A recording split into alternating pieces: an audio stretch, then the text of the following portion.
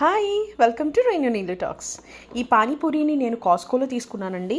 అసలు ఎలా ఉంటాయి, ఇండియన్ టేస్ట్ లాగానే ఉంటాయా అని చెప్పేసి ఇవి తీసుకున్నాను.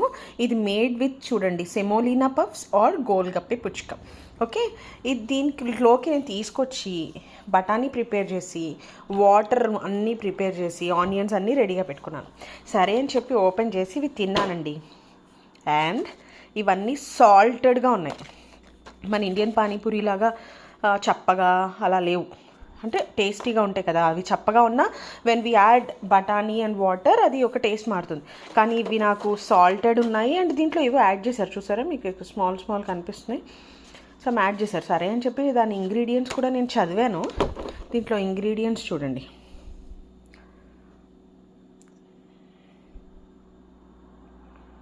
seasoning powder, black salt, dry mango powder, mint leaves, rock salt, green chili, pepper, iodized salt, tamarind powder, cumin, dried ginger. So ఇలా అన్నీ యాడ్ చేశారు. సరే అని తెచ్చుకున్న తర్వాత ఎక్స్పెక్టేషన్స్ తగ్గట్టు ఏం లేదండి. నేను ఈ బఠానీ వేసి చక్కగా వాటర్ కూడా చేశాను. వాటర్ కూడా పెద్ద గొప్పగా ఏం లేదు. ఎవరెస్ట్ పానీపూరి వాటర్ అనమాట.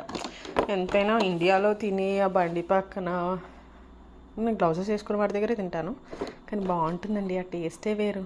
జస్ట్ మీతో షేర్ చేసుకుంటున్నాను. Okay, by.